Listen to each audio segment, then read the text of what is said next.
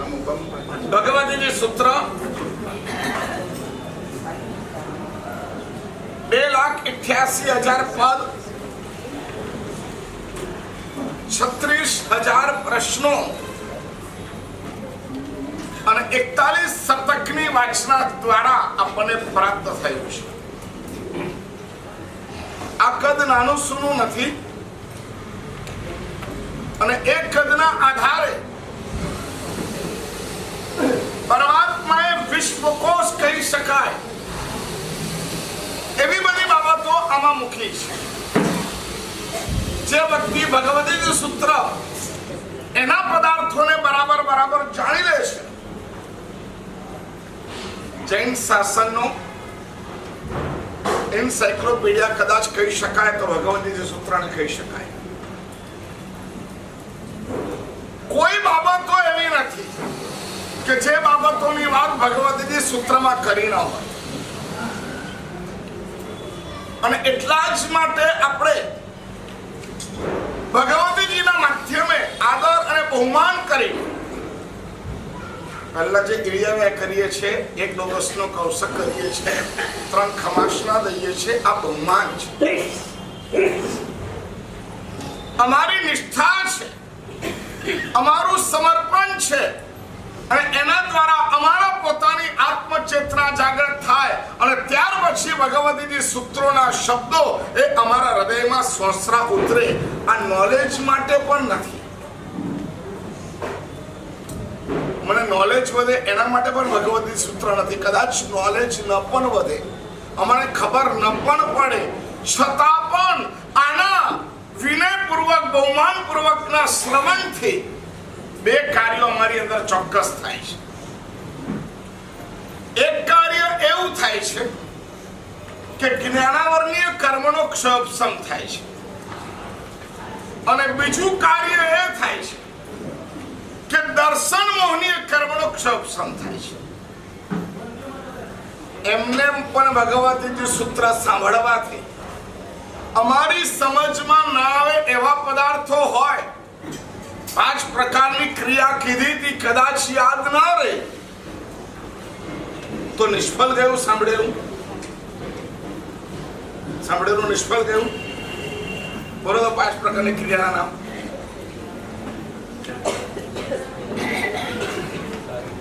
અત્યારે એમાં ખબર નહીં મળે, તમારે એમને બોલવાનું. બોલો ચલો. પહેલી ક્રિયા કઈ?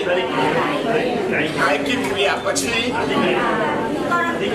अधिकरण की क्रिया, પછી प्राग्रेशिकी क्रिया, પછી परितापिनी क्रिया અને પછી પ્રણાદિપાતા ક્રિયા. કદાચ અમને આ ક્રિયાની કે ખબર ન પડી, અમને યાદ ન રહ્યું, અમારું નોલેજ પણ ન રહ્યું, અમને લખ્યું પણ નથી અથવા લખ્યું છે તો ચોપડીમાં છે, તો પણ આ 2 લાભ અમને આ 1 કલાકમાં મળે ને મળે. કયા 2 લાભ? જ્ઞાનાવરણીય કર્મનો ક્ષોભસમ થાય અને જ્ઞાનાવરણીય કર્મનો ક્ષોભસમ થાય એટલે અમારા કયા કર્મનો ખલાસ થાય? કયા કર્મો ખલાસ થાય? બોલો.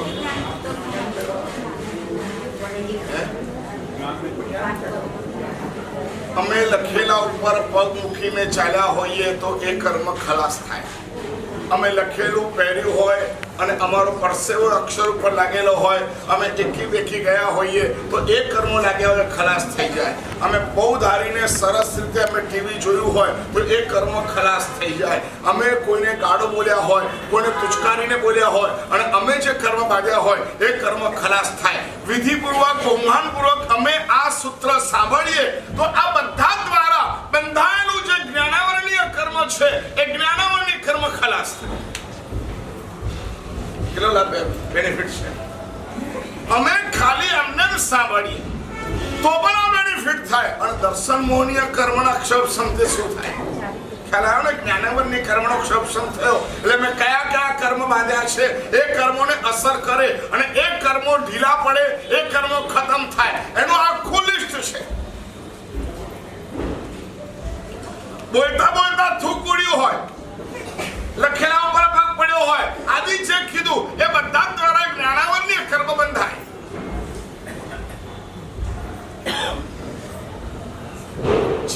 બોલવાનું હોય એના બદલે કંઈક બીજું શબ્દ પણ બોલ્યા હોઈએ, રસ્વને ત્યાં દીર્ઘ બોલ્યા હોઈએ, દીર્ઘને ત્યાં રસ્વ બોલ્યા હોઈએ, કોઈને કીધું હોય અરે ગાડા આંધળો છે, આવા કર્મો આવા બોલીને પણ અમે જે કર્મ બાંધ્યા હોય એ બધા કર્મો ખલાસ થાય. અને એ કર્મ ખલાસ થાય એટલે શું થાય? એનો ક્ષયપશમ થાય, ખલાસ થાય એટલે શું થાય? એ કર્મ ઉદયમાં આવવાનું હતું અને અમને જીભ તોતડી મળવાની હતી, એ મળતી અટકી જાય. અમને યાદ રહેવાનું ઓછું થવાનું હતું અને બ્રેઇન સ્ટ્રોક થવાનો હતો, એ ન થાય. અમારી મેમરી લૂઝ ન થાય. કોઈ વ્યક્તિ અમને ગાળ ના આપે, અમને હલકા શબ્દોથી ન નવાજે. પેલું ખતમ થાય એટલે તમે આ સિક્યોરિટીમાં આવી જાઓ. તમારી પાસે એ કર્મ છે જ નહીં એટલે એક ઘટના તમારી સાથે થવાની નથી, તમારા બાજુવાળા સાથે થાય છે.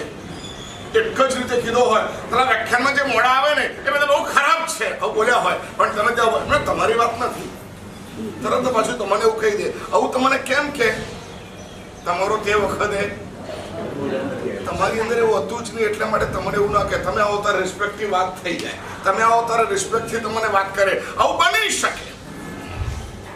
અને દર્શન મોહનીય કર્મ એનો ક્ષયપશમ થાય એટલે શું થાય? દર્શન મોહનીય કર્મ એટલે શું? અને એ કર્મ ઉદયમાં આવે ત્યારે શું? એ કર્મ બંધાય કેવી રીતના? અને કર્મ અત્યારે ભગવતીજી સૂત્ર એ સાંભળવાથી એ કર્મની અસર કેવી રીતના થાય?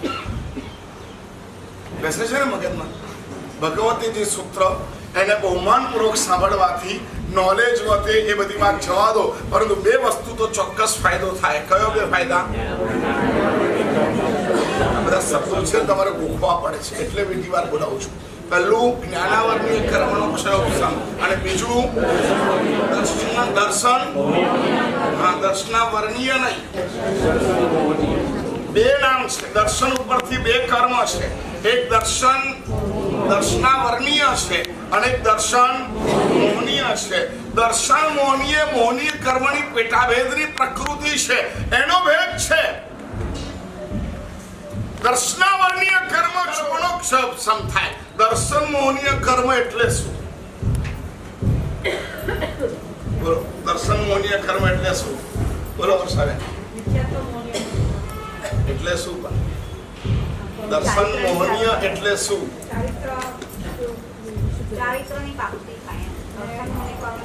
ચાલે ટીચર, દર્શન મોહનીય કર્મ એટલે શું? શ્રદ્ધાનો અભાવ, વિશ્વાસનો અભાવ, આત્મવિશ્વાસનો અભાવ, એને શું કહેવાય છે? દર્શન મોહનીય કર્મનો ઉદય. દર્શન મોહનીય કર્મ એટલે તમને કોઈ પણ વસ્તુ પર શ્રદ્ધા ના થાય. માણસ કાયમ માટે છે ને અનબેલેન્સ રહ્યા કરે. સાચું હશે?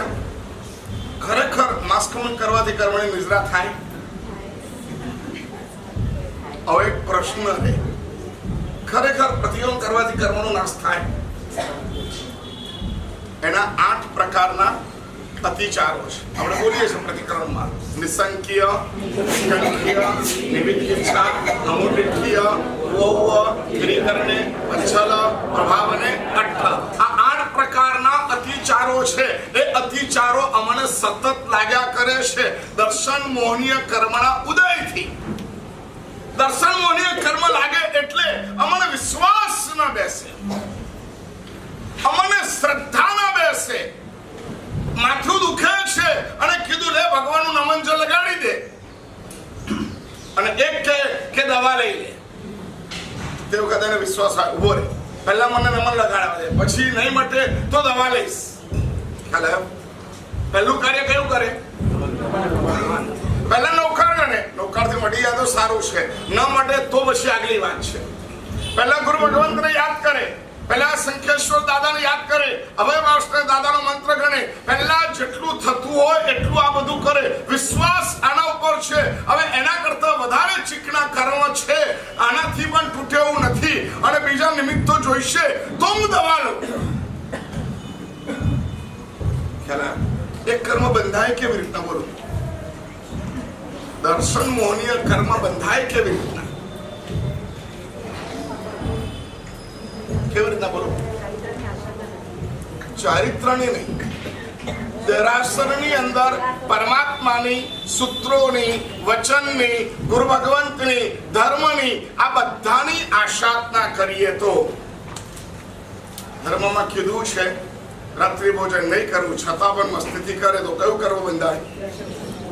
જલ્દી બોલો. દર્શન. ફ્રીજનું નહીં ખાવાનું, છતાં પણ ખાય તો કયું કરવું બંધાય? દર્શન મોહનીય. ટીવી નહીં જોવાનું, આવું નહીં જોવાનું, છતાં પણ જુએ તો કયું બંધાય? દર્શન મોહનીય. ગાડીમાં જઈ રહ્યા છે, ગુરુ ભગવાન સામે મળે છે, છતાં પણ આપણી ગાડી નીકળી ગઈ, કયું કર્મ બંધાયું? દર્શન મોહનીય કર્મ. અરે યાર, આ બધા એટલા બધા જણ પ્રતિક્રમણ કરવા માટે આવે ને એવું કરે છે ને આપણને સરખી જગ્યા નથી મળતી, આવો વિચાર આવે તો કયું કર્મ બંધાય? સમજ પડી?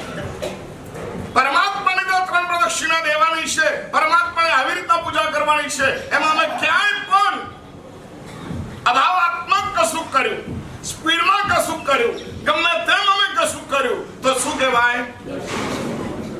આગળ વધીને કહું, ચાલુ વ્યાખ્યાને આવીએ તો પણ શું બંધાય?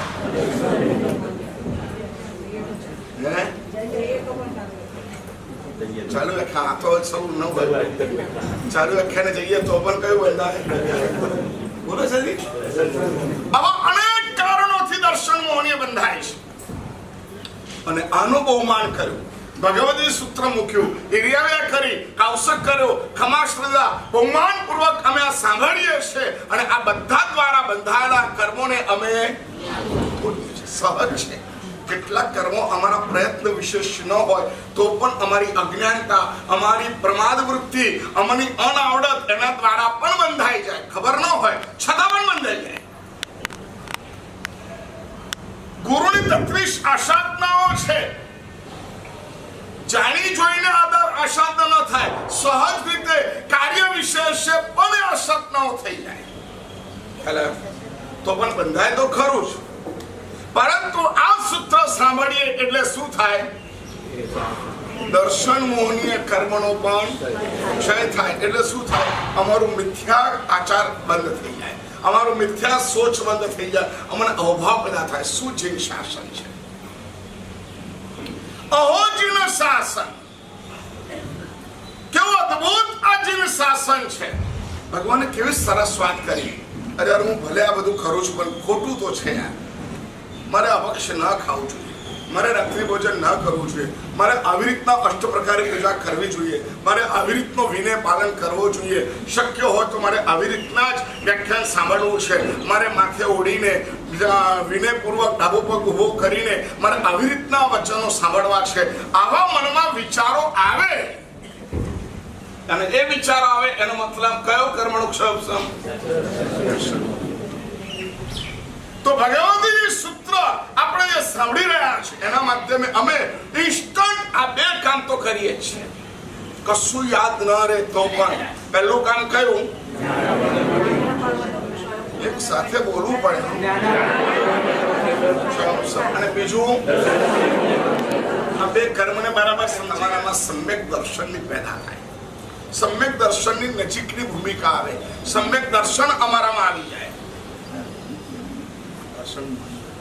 દર્શન મોહનીય કર્મનો ક્ષોભ થાય એટલે સમ્યક દર્શન અમારામાં પેદા થાય, અમને અવિયર શ્રદ્ધા પેદા થાય અને સમ્યક દર્શન એ મોક્ષનું બીજ છે, મોક્ષનું પ્રવેશ દ્વાર છે.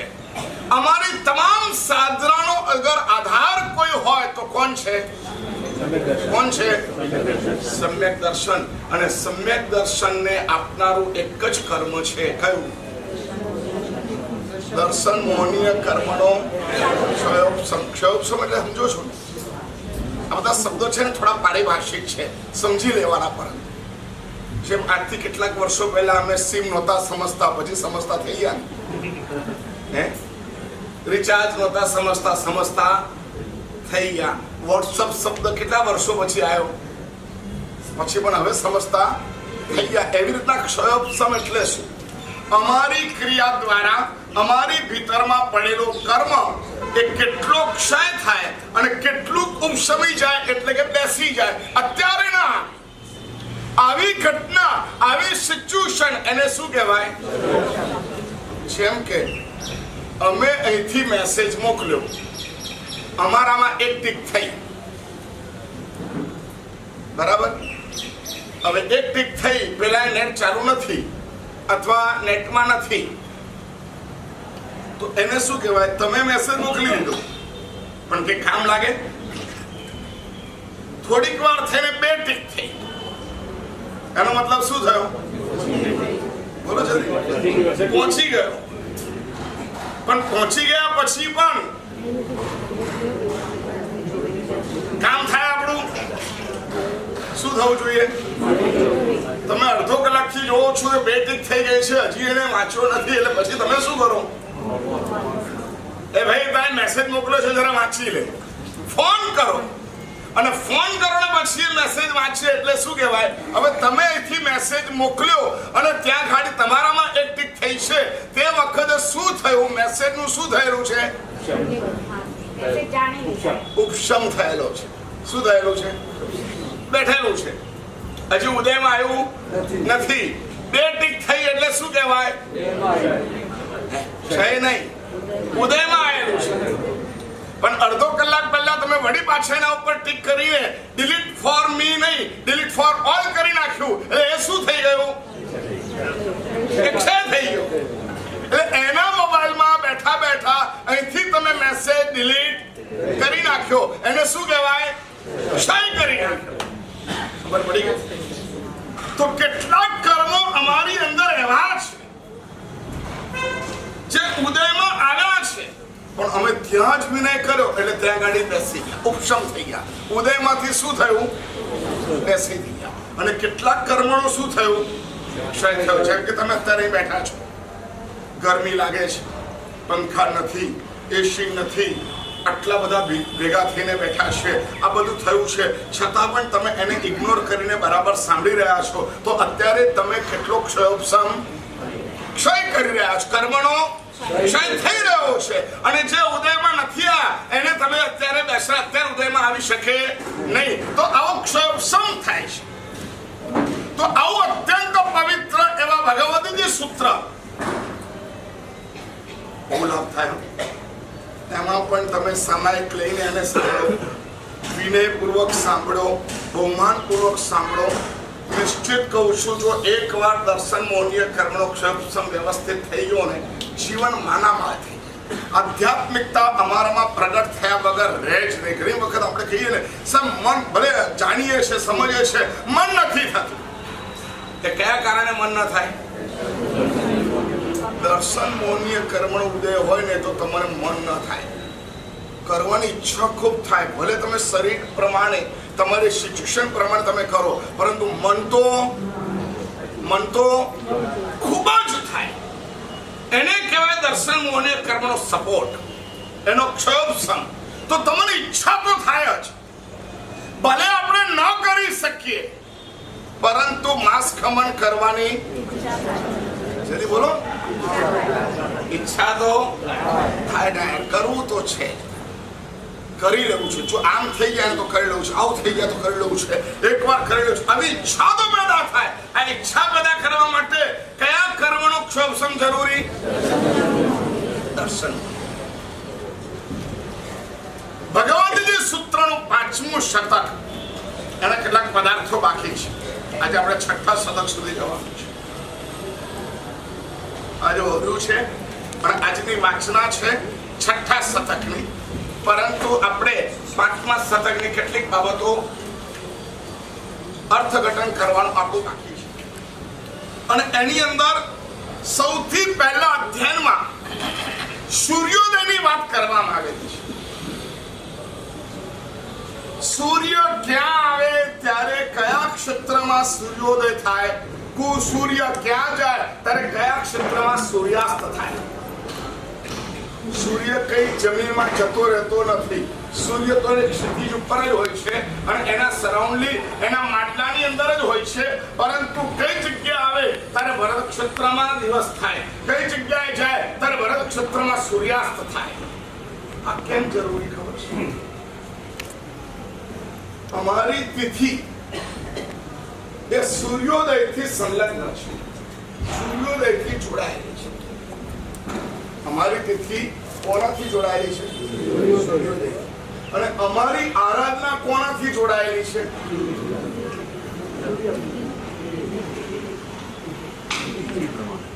બરાબર. થોડું ધ્યાન આપો, બહુ મહત્વની વાત કરી રહ્યો છું. એક એવા સબ્જેક્ટ તરફ તમને લઈ જઉં છું કે જે સબ્જેક્ટ નોલેજ તમારી પાસે છે જ નહીં, હોવું જરૂરી છે. પરમાત્માએ પહેલા અધ્યાયમાં પૂર્ણભદ્ર નામના ચૈત્યની અંદર ગૌતમ સ્વામી ભગવંતે કયું ચૈત્ય? પૂર્ણભદ્ર નામના ચૈત્યની અંદર ગૌતમ સ્વામીને આ પ્રશ્નોત્તરોનો જવાબ આપ્યો કે હે ગૌતમ, સૂર્યોદય આવી રીતના થાય છે. વિષય પર્વત, અને એ પર્વતની પાસે સૂર્ય આવે ત્યારે ભરત ક્ષેત્રની અંદર સૂર્યાસ્ત થાય, અને આ છેડે જાય સૂર્યોદય થાય, અને આ છેડે જાય ત્યારે અહીંયા સૂર્યાસ્ત થાય. સૂર્યના માટલા છે, અને એ માટલા પ્રમાણે વચ્ચે મેરુ પર્વતની આસપાસ આ સૂર્ય ફરતો રહે છે, સતત એની ગતિ છે. હવે ક્ષેત્ર પ્રમાણે સૂર્યોદય અલગ અલગ સમય પર થાય છે. સૂર્યોદયના આધારે તિથિ છે, બરાબર. જહાસુરમ, સૂર્ય ઉગ્યો ત્યારે જે તિથિ હોય એ તિથિ આખો દિવસ ગણાય. હવે તિથિના આધારે શું છે? કોઈ તમને એવું કે આજે આઠમ છે એટલે શું થાય? સીધું સ્ક્રીન પર આવી જાય ને માઇન્ડની, આજે લીલોતરી ખાવાની નથી, આજે બહાર ફરવા જવાનું નથી, આજે હોટલમાં જવાનું નથી. કેટલી વસ્તુ આવી જાય. આજે શું છે? આજે 14 એવું બોલ્યા એટલે માઇન્ડ ઉપર કેટલીક વસ્તુઓ આવી જાય. આજે 14 છે એટલે મારે આવી રીતના કરવાનું છે, મારે પ્રતિક્રમણ મોટું કરવાનું છે, એટલે એની ચિંતા 3 વાગ્યાથી થવા માંડી. કોઈ શીખ ના ખાય એની પ્રાર્થના પાછા બોલો કરતા રહે. હરખી જગ્યા મળે એનું એરેન્જમેન્ટ પાછું બપોરથી કરવા માંડે. આ 14 છે. તો સૂર્યોદયથી તિથિ જોડાયેલી અને તિથિથી આરાધના જોડાયેલી. અને આ પરિસ્થિતિ થઈને એટલે એવું નક્કી કરવામાં આવ્યું કે તિથિના આધારે આરાધના છે, બરાબર. હવે સૂર્યોદય એવો હોય કે સૂર્યોદય 6 વાગે બરાબર થવાનો હોય તે વખતે 14 છે અને 13 છે. શું છે? બરાબર સમજી રાખજો. આ વસ્તુ એટલા માટે સમજાવી રહ્યો છું કે થોડુંક સમજવું તમારું જરૂરી છે. બીજા બધા પદાર્થો છે એના કરતા આ પદાર્થ અત્યારે વિજ્ઞાનમાં વધારે છે, એટલા માટે તમારે થોડુંક સમજી લેવું જોઈએ. 6 વાગે સૂર્યોદય થઈ રહ્યો છે અને તે વખતે તિથિની અંદર 13 છે. 6 વાગે 13 છે.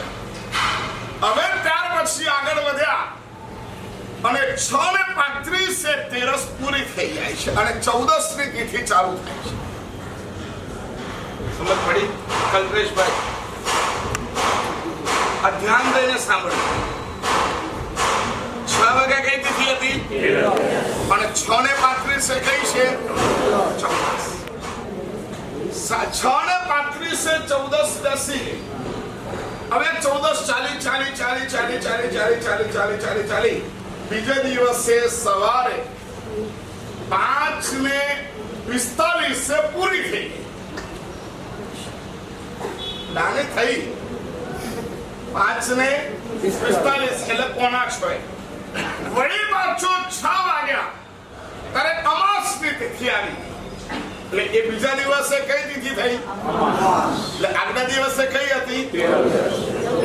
સૂર્યોદય વખતે જે તિથિ હોય એ તિથિ ગણાય. સૂર્યોદય વખતે કઈ તિથિ હતી? તો કઈ તિથિ ગણાય? 13.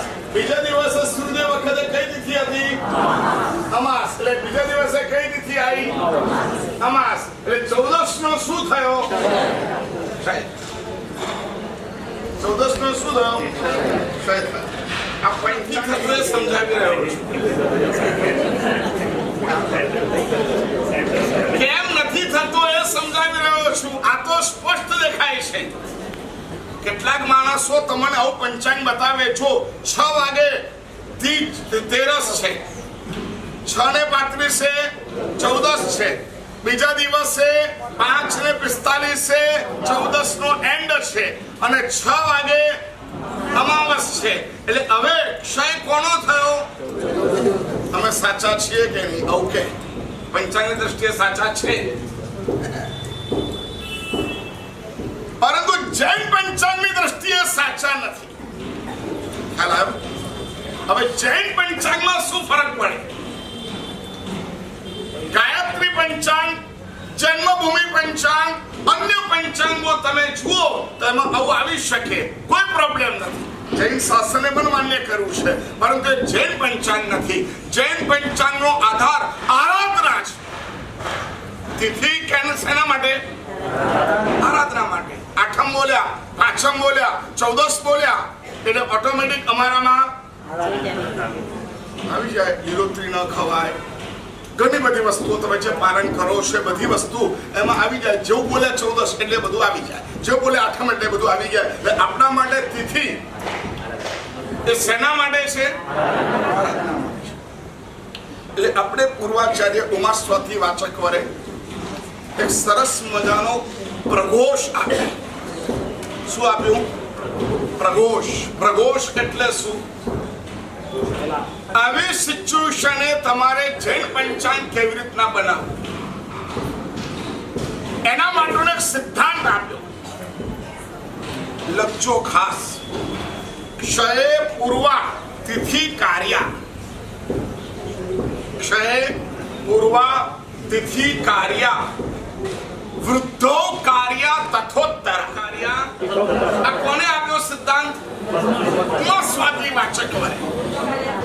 વૃદ્ધો કાર્ય તથોત્તર એટલે બહુ સરસ મજાની વાત કરી. આરાધના અમારે કેવી રીતના કરવી, જૈન પંચાંગ કેવી રીતના બનાવવું? કારણ કે જૈન પંચાંગ આરાધના માટે છે. આરાધના આત્માના કલ્યાણ માટે છે. આત્માનું કલ્યાણ કરવું હોય તો અમારે તિથિ પકડવી પડે, અને તિથિ પકડવી પડે તો અમારે આરાધના પકડવી પડે, અને આરાધના પકડવી હોય તો અમારે તિથિ પકડવી. એટલે હવે અહીંયા તો સ્પષ્ટ છે કે આજે 13 છે અને આવતીકાલે અમાસ છે, 14 નો ક્ષય છે. સમજી ગયા ને? સિચ્યુએશન તો સમજી ગયા ને? આજે કઈ તિથિ છે? 13. આવતીકાલે કઈ છે? વચ્ચે કઈ આવી ગઈ? કેટલા વાગે બેઠી? 14 અને ક્યારે પૂરી થઈ? બીજા દિવસે 5:45 પૂરી થઈ ગઈ. હવે 14 છે જ નહીં. 14 ન હોય તો 14 ની આરાધના ન હોય. 14 ની આરાધના ન હોય તો અમારી પછી આત્માની શુદ્ધિ અમે કરી શકીએ કેવી રીતના? આવા પ્રશ્નો એટલે મેં કીધું ભાઈ આપણે સંસ્કાર કરીને જૈન પંચાંગ બનાવવાનું, એમાં આ સિદ્ધાંત લગાડવાનો. ક્ષય પૂર્વા તિથિ કાર્ય એટલે જ્યારે 14 નો ક્ષય આવતો હોય ત્યારે તમારે 35 મિનિટ માટે રહેલી 13 એનો ક્ષય કરી દેવાનો. એટલે 14 ના ક્ષય કયો ક્ષય થયો? 13. એટલે એ દિવસે તમારે શું બોલવાનું? 14. અને 14 બોલ્યા એટલે આરાધના કેવી કરવાની? 14. એટલે ક્ષય હોય ત્યારે તમારે કોનો ક્ષય કરવાનો? કેમ? એક સિદ્ધાંત છે, પર્વ તિથિનો ક્ષય વૃદ્ધિ થાય નહીં. 14 પર્વ તિથિ છે એટલે એની ક્ષય ન થાય, એની વૃદ્ધિ પણ ન થાય. તો હવે કોની કરવાની? આગળ 13 છે એ અપર્વ તિથિ કહેવાય. એકમ કઈ તિથિ કહેવાય? બીજ. હવે બરાબર ધ્યાન રાખો. બરાબર. એકમ કઈ તિથિ? બીજ, તીજ, ચોથ, પાંચમ, છઠ, સાતમ, આઠમ, નોમ,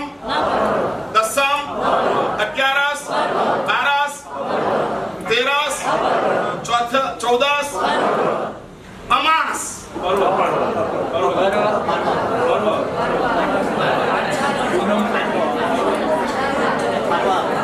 પાર્વતીથી ચૌદસ અને અમાસ, ચૌદસ અને પૂનમ એ બંને પાર્વતીથી. ભલે હવે બરાબર યાદ રાખો.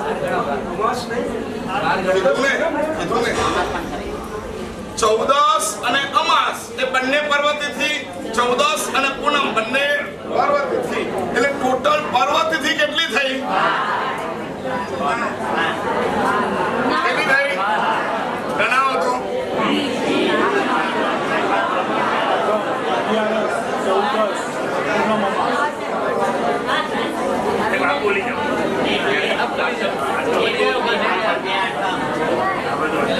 એક મહિનાની અંદર 2 બીજ.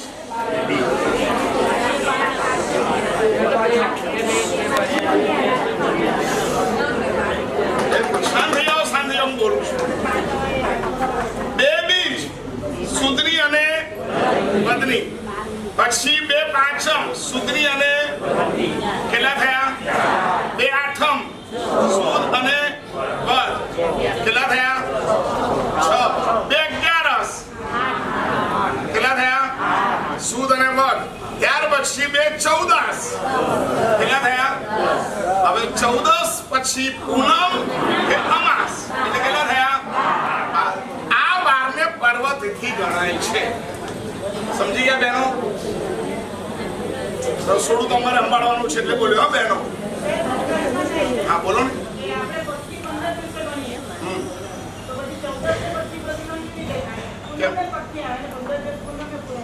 શું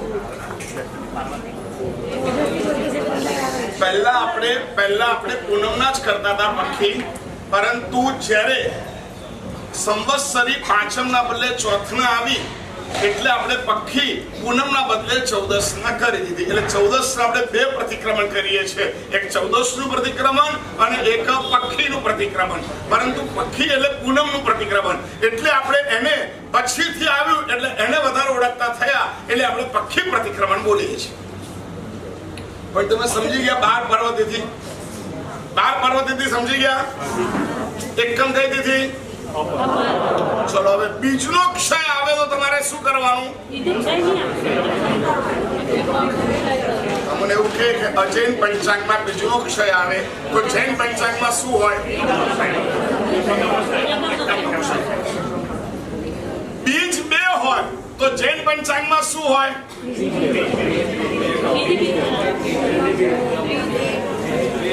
ફરી પાછું નાટક કરવું. બીજનો ક્ષય હોય તો જૈન પંચાંગમાં કયો ક્ષય હોય? એકમનો.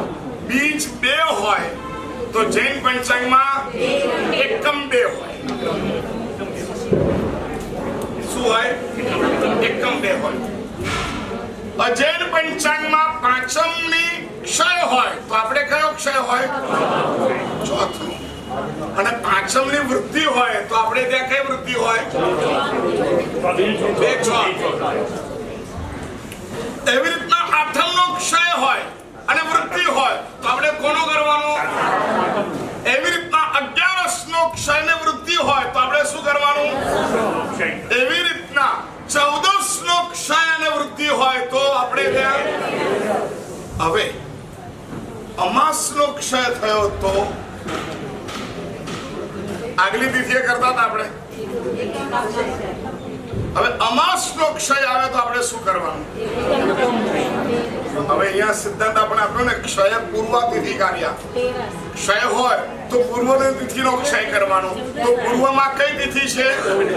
14. હવે 14 નો પાછો ક્ષય ન થાય એટલે ઓર એની આગળ ગયા કઈ તિથિ? 13 નો ક્ષય 2 કારણોથી થાય. એક કઈ કારણ? 14 હોય તો પણ 13 અને અમાસ કે પૂનમ નો હોય તો પણ 13.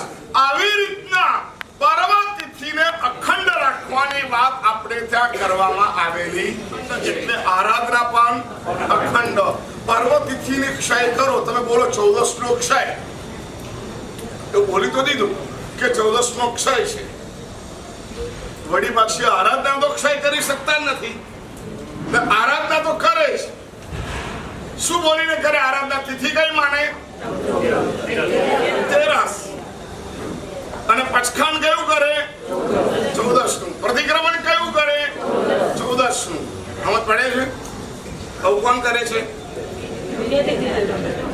આવું કોણ કરે છે? આવું જે કરે છે એને આપણે બે તિથિ પક્ષ કહીએ છીએ. સમજ્યા? અને આ ક્યારથી ચાલુ થયું ખબર છે? 1992 થી. વિક્રમ સંવત 1992 થી એમને આ પક્ષ ચાલુ કર્યો. નહીં, એવું નહીં કરવાનું. 14 નો ક્ષય છે તો 14 નો ક્ષય બોલવાનો. અને હવે 14 નો ક્ષય તમે બોલ્યા, પરંતુ આરાધનાનું શું? તો કઈ વાંધો નહીં, 13 આરાધના કરવાની અને 14 નું પ્રતિક્રમણ કરવાનું. બોલે એ લોકો શું બોલે? 14 નો ક્ષય બોલે?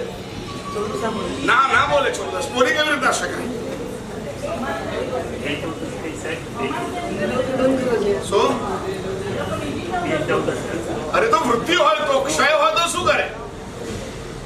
વૃદ્ધિ હોય ને તો બીજી 14 કરે. પહેલી 14 બોલે પણ કરે નહીં. આપણે તો બે 14 આવે નહીં. 14 બોલે એટલે કપડા ધોવાય, 14 બોલે એટલે લીલોતરી ખવાય. હવે ત્યાં ગાડી પૂછવું પડે કઈ 14 છે, પહેલી કે બીજી? સમજ્યા? આપણે તો સીધી વાત છે, પર્વ તિથિની ક્ષય વૃદ્ધિ થાય. એક વાત નિશ્ચિત. હવે તકલીફ આ થઈ, 14 નો ક્ષય આવ્યો એટલે એમના પંચાંગમાં 11, 12, 13 અને પછી અમાસ આવી. હવે 14 ની આરાધના કરવાની ક્યારે? અમાસ છે તો અમાસ નો ક્ષય નથી તો શું કરવા? અમાસ તો અખંડ છે. એટલે એ લોકો 13 ના દિવસે 14 બોલે અને 14 બોલે અને 14 નું પ્રતિક્રમણ કરે. તિથિ કઈ?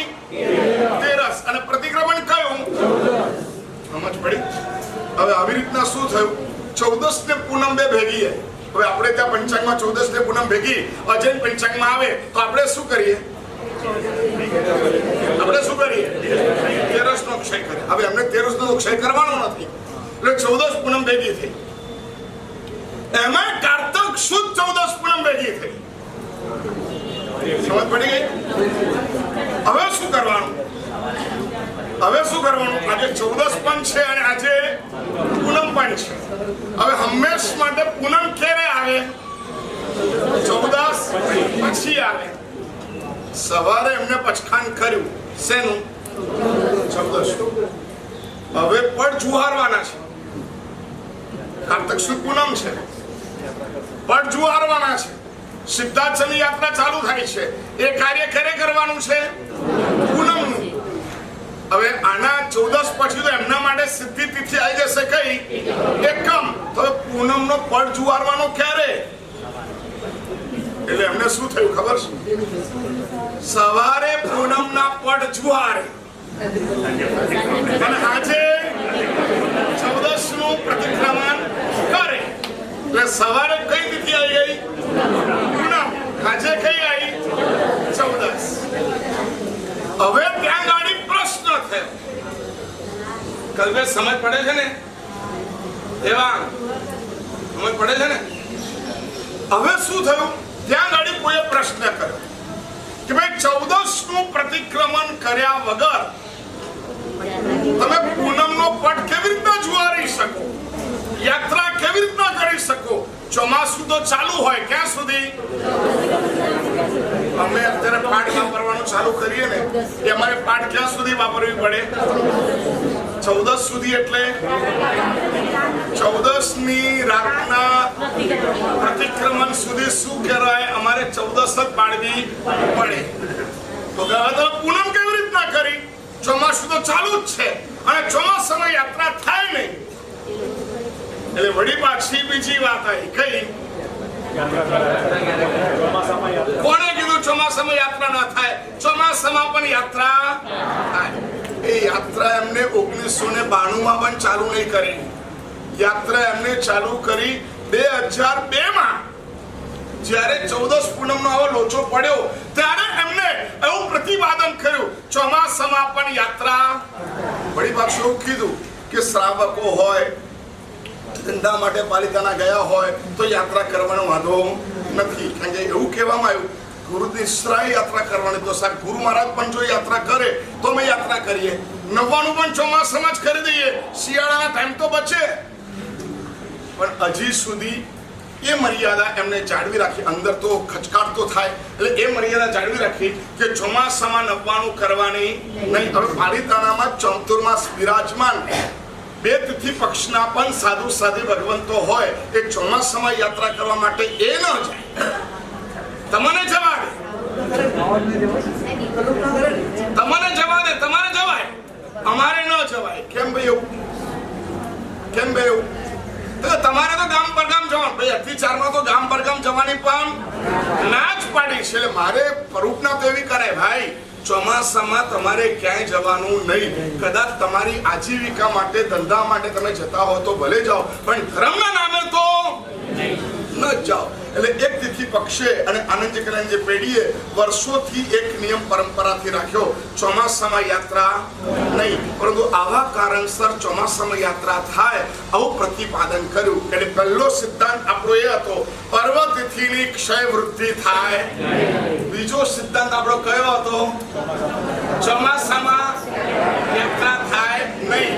આ બંને વસ્તુ બે તિથિ પક્ષે છોડી દીધી. પ્રશ્નો તો આજે પણ એમને આવે છે. 2-14 બોલે ત્યારે કે આરાધના કરે કરવાની, બીજી 14 તો પહેલી 14 બોલવાની ને કપડા ધોવાના, પહેલી 14 બોલવાની અને રાત્રે ખાવાનું, 14 બોલવાની અને લીલોતરી ખાવાની. એટલે એનાથી જે 14 ના કારણે જે સંસ્કારો પડતા હતા ને એ સંસ્કારો ધોવાઈ જતા હોય છે. એટલે સૂર્યોદય એનાથી શું નક્કી થાય? ફરી સૂર્યોદય એટલે તિથિ, તિથિથી આરાધનાથી આત્મકલ્યાણ. હવે તિથિ જ ઉડાવી દો તો આરાધના ઉડી જાય, આરાધના ઉડી જાય તો આત્મકલ્યાણ ઉડી જાય. એટલા માટે આપણો સિદ્ધાંત યાદ રાખવાનો. અહીંયા પૂર્ણભદ્ર ચૈત્યની અંદર પરમાત્મા મહાવીર દેવ ગૌતમ સ્વામીને સૂર્યોદયથી થનારી બધી જ પ્રક્રિયાઓ બતાવી રહ્યા છે. એમાં બહુ સીધી વાત, પર્વ તિથિનો ક્ષય કે વૃદ્ધિ. ફરી પાછું, ચાતુર્માસમાં નહીં. આ બે સિદ્ધાંતને આપણે આ 5મા શતકની અંતર્ગત સમજવા જોઈએ અને એના આધારે આપણે આત્મકલ્યાણ કરવા માટે વધુ પ્રયત્ન કરવાનો. 6થા શતકની અંદર પરમાત્માએ તમસ્કાયની વાતો કરી છે, જીવ વાયુની વાતો કરી છે, બેન્દ્રિય, તેન્દ્રિય, પંચેન્દ્રિય જીવોની વાતો કરી છે. અને એમાં બહુ મજાનો પ્રશ્ન કર્યો છે, પચખાણ કોણ કરી શકે? પચખાણ કોણ કરી શકે? તો પરમાત્માએ કીધું ખાલી પંચેન્દ્રિય જ પચખાણ કરી શકે. પરંતુ ઔદારિક શરીર વાળો જ પચખાણ કરી શકે. એમાં પણ મોક્ષકારક પચખાણ કોણ કરી શકે? કે જે પચખાણ દ્વારા સંપૂર્ણ નિદ્રા કરી શકાય. જે પચખાણ દ્વારા સંપૂર્ણ નિદ્રા કરી શકાય એવું પચખાણ કોણ કરી શકે? ત્યારે પરમાત્માએ બહુ સ્પષ્ટ જવાબ આપ્યો, સંગની પંચેન્દ્રિય મનુષ્ય જ કરી શકે. આ તમારી પ્યોરિટી છે. સંગની છો, સંગી એટલે મન હોય, પંચેન્દ્રિય છો, મનુષ્ય છો, તો તમે સંપૂર્ણ નિદ્રા થાય એવું પચખાણ માત્ર તમે કરી શકો છો. તિર્યજ ગમે તેવા પચખાણો કરે, ગમે તેવા પચખાણો કરે, પરંતુ 8મા દેવલોકથી આગળ તિર્યંચ જઈ શકતો કર્મની સંપૂર્ણ નિદ્રા પણ કરી શકતો નથી. સંપૂર્ણ કર્મની નિદ્રા કોણ કરી શકે?